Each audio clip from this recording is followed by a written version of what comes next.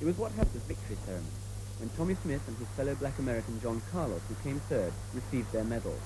As the American national anthem was being played, and as 400 million people watched on television, both men bowed their heads and raised black-gloved, clenched fists high in the air in a defiant black power salute.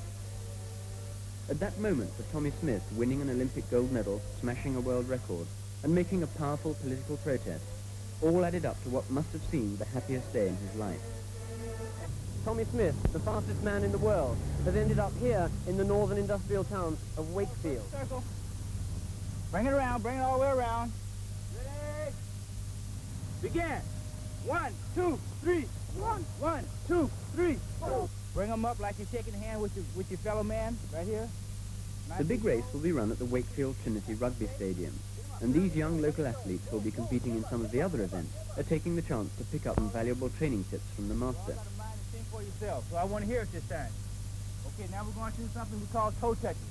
We're doing 1 rep of 10. Okay, Captain? Ready? Begin. 1, 2, 3.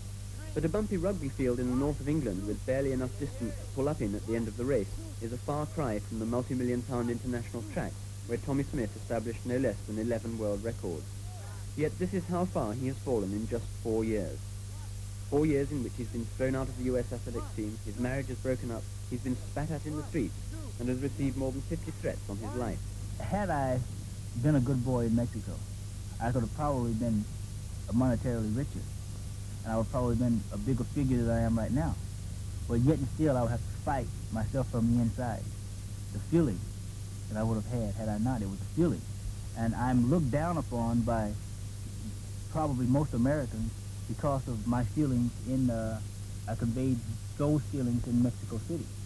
At 26, Tommie Smith is at the peak of his abilities as an athlete. His 200 meters world record has remained unbeaten for 4 years. So as far as his sport is concerned, it seems little short of a tragedy, that because he once dared to criticize his country in public, he's been brutally cast out from the sport he loved and consigned to the scrap heap of his nation's history.